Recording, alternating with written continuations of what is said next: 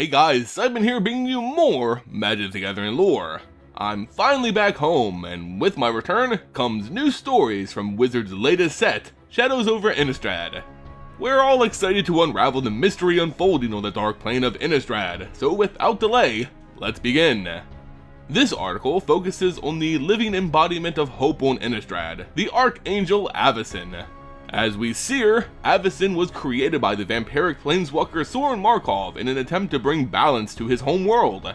Centuries ago, before the creation of Avacyn, humans on this plane were hunted vigorously and without mercy. Vampires, werewolves, and the undead all sought to make their meals from the human cattle.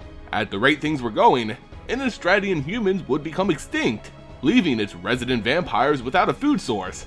Sorin's people would then revert to cannibalism as their only means to survive, eventually wiping out vampire kind as well. This was unacceptable for Sorin, and thus he tipped the scales in the humans' favor. By creating Avacyn to lead the other native angels on Innistrad, Sorin gave humans an ally which shielded them from the dark monsters that inhabited this world. The Archangel's duty was to ensure a balance was maintained, dark and light coexisting harmoniously. For years, Avacyn used her faith magic to bolster the human cities, protecting them with angelic wards, charms, and prayers. Even after being trapped for a time, she was always the symbol of hope for the people of Innistrad. But hope can easily slip, especially when it's carried on the rise of blood-stained wings. As Archangel of Innistrad, Avacyn was keenly connected to the humans she was created to protect. Their faith in her and her church acted as a conduit between their prayers and Avacyn herself. The prayers came to Avacyn as faint whispers, washing over her entire body like a mist. At times, Avacyn found it tricky to focus on any singular request, but every so often, one manages to separate itself from the rest, a particularly powerful prayer erupting with fear and pure faith, one Avacyn is able to focus on. One such prayer came to her on the eve of our story. It was a sharp plea, a grieving mother beseeching Avacyn for her blessing and guidance. Her son had run off into the woods and was lost. Avacyn recognized this situation as it was very dangerous. The wilds of Innistrad were no place for a mere child. Focusing in on the prayer, the Archangel envisioned the woman, and a path to her location became as visible as any tree or mountain. She rushed to offer her aid. As she flew off on angelic wings, Avacyn reflected upon her purpose. Since the day she first drew breath in this world, one word permeated her very being: protect. She found that this meant protect them being the humans who placed so much faith in her. She would be their protector, their bulwark from evil. This was her purpose, and she fulfilled it well. Humans on Innistrad were on the cusps of a new golden age. Werewolf attacks were at an all-time low thanks to Avacyn's curse mute, and for the first time ever, vampires were on the retreat. Humans finally had room to grow and prosper, and it was all thanks to Avacyn and her legion of angels. Without much thought or effort, Avacyn arrived at her destination, landing just in front of the crying mother who beckoned an audience with the angel. Standing in the glow of her light, the woman pleaded with Avacyn to find her son who ran off into the woods, a task well fitting the protector of humankind, assuming the boy still lived. She flew up above the trees, to the center of the dark forest, spreading the light of her aura throughout its entirety. Basking in this light, the whispers of the lost boy sang clear. Avacyn quickly pinpointed the cries and calmly approached the terrified child. With a loving essence that poured out of her very being, she gathered the boy and lifted him out of the woods unharmed, returning him to his now relieved mother. As the mother rejoiced, a smile appeared on both their faces. This is what felt right to Avacyn. Yet, just as she was about to fly off, a wretched feeling racked her body, shaking her vision. A pounding ache ran through her head as everything in her sight doubled. Avacyn stumbled and fell to the ground.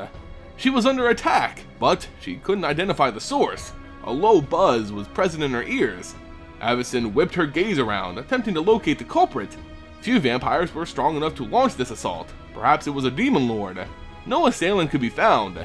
Her vision turned white, then shifted to images of giant stone obelisks with runes floating in the sky, before again returning to her current location. As she reeled in pain and confusion, Avacyn again turned her attention to the reunited mother and child, the mother now trading tears of joy for scorn and disapproval.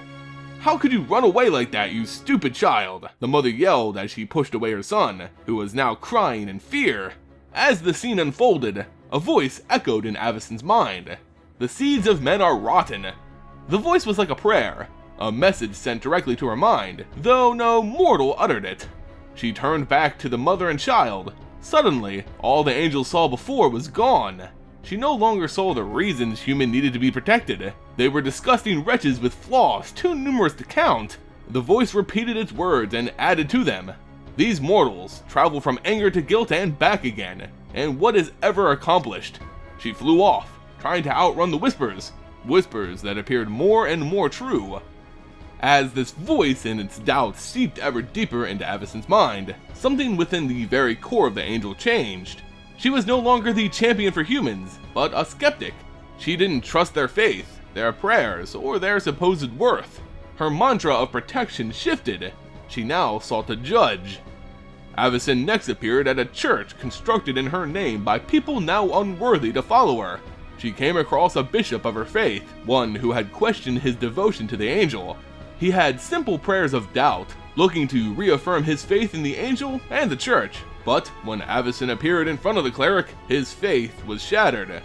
The angel came at him, spear in hand, questioning the devotion of him and the church. She asked him if he was pure, to which the cleric answered, quite terrified I might add, yes. Avacyn stopped him right there, cursing him, saying there is no way he could be pure. He was born, and thus lost, like all humans.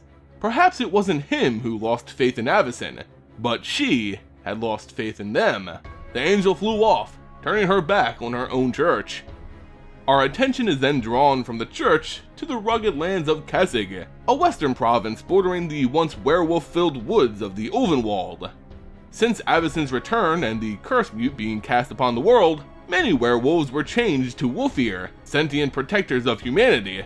Others, in rare cases, were cured entirely, regaining their own humanity. In a small village, one such man who had been cured thanks to Avacyn's light now lived a normal life with his family. Yet, something was gnawing at the corner of his mind, a memory drenched in fear, anger, and blood. He awoke one morning to discover his entire family had been slaughtered, but by whom?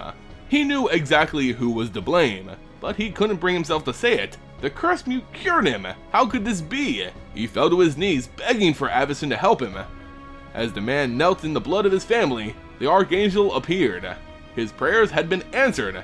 Avacyn can bring his family back somehow. Fix everything. Fix him. The angel didn't speak as the man begged for help, only pointed her spear at him. He begged for mercy, but he would get none. The angel stated justice. There is no mercy, as she plunged her spear into the man cursed as a werewolf. As the flights of angels bent to Avacyn's call to judge all humans rather than protect them, one seemed defiant. Her name is Sagrada. During the earliest years of Innistrad, Sagrada protected the light of this world through justice with her 3 other angelic sisters, Bruna, Gisela, and another left unnamed which had long since died. These sisters and other angels existed on Innistrad long before the creation of Avacyn, but when compared to the Archangel, they were woefully weak. They could sense that Avacyn wasn't a proper angel, the same as them yet somehow very different. Regardless, she and the others followed in her angelic pursuit. Now with that pursuit corrupted into what Avacyn is calling the Great Work, Sagrada stands alone as the last voice of reason. Her sisters, Bruna and Gisela, both joined Avacyn in her mad beliefs. Surely, their flights had joined as well. Maybe Sagrada's own angels had fled to join Avacyn. Nothing was certain. Avacyn's message was clear. Humans, they breed in their filth, creating new minions to destroy forests, pollute the water, lie, cheat, and murder among themselves. What have they ever done that is worthy? What have they ever accomplished that is great? We could kill every single last supposed monster of this world, every vampire and werewolf, and what would happen? Would there be peace? Would there be lasting light? No, Avacyn knew the truth, and now so did the other angels. Humans were the true monsters. Sagrada's former sisters shared these views, and called for her to join them, but she gave no answer as the 3 angels flew off. Sagrada stood there pondering her next move. A storm was coming, and whether she stood with an army or alone, she would fight to protect humanity no matter the cost. All this happened on the eve of Avacyn's order. The great work was underway. It was time for the Angels of Innistrad to cleanse the plane of this filth in their righteous fire. Humans were no better than vampires or werewolves, and thus they should be judged accordingly. Terror rained down from the skies. Blood and fire replaced what had previously been known as hope. Chaos into order, corruption into purity, peace increases. The sky whispered to her. The rivers, the trees, the grass, the moon, all whispered glorious truth. For so long she had listened to the whispers of liars, and the world had suffered. Now she was listening to truth. She knew it was the truth because every whisper said the same thing, so unlike the chaotic, conflicting prayers she had heard for hundreds of years. Why didn't she realize how inconsistent these mortal creatures were? Their words always change. It no longer mattered. Now, she understood. She looked at the moon, and the moon whispered such beautiful words. All will burn, all will bleed. Avacyn repeated the words to herself, a soothing song filling her head with joy. All will burn, all will bleed.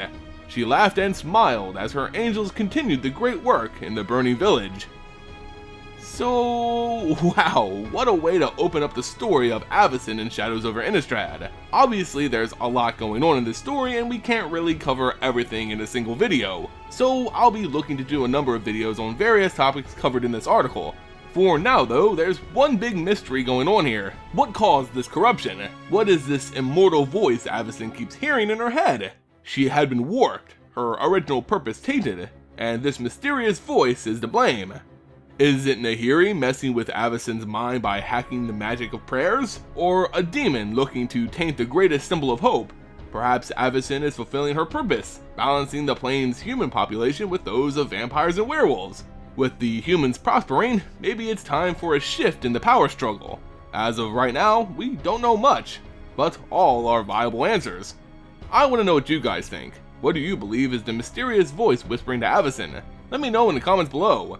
In any case guys, that's gonna do it for this video. If you enjoyed it, consider throwing it a like and subbing to the channel. It goes a long way in supporting future content. You can also support this channel by becoming a patron on Patreon. Check out my Patreon page and grab yourself a chance to win an entire booster box.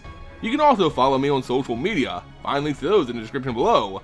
As always guys, thank you all so much for watching and I'll see you next time.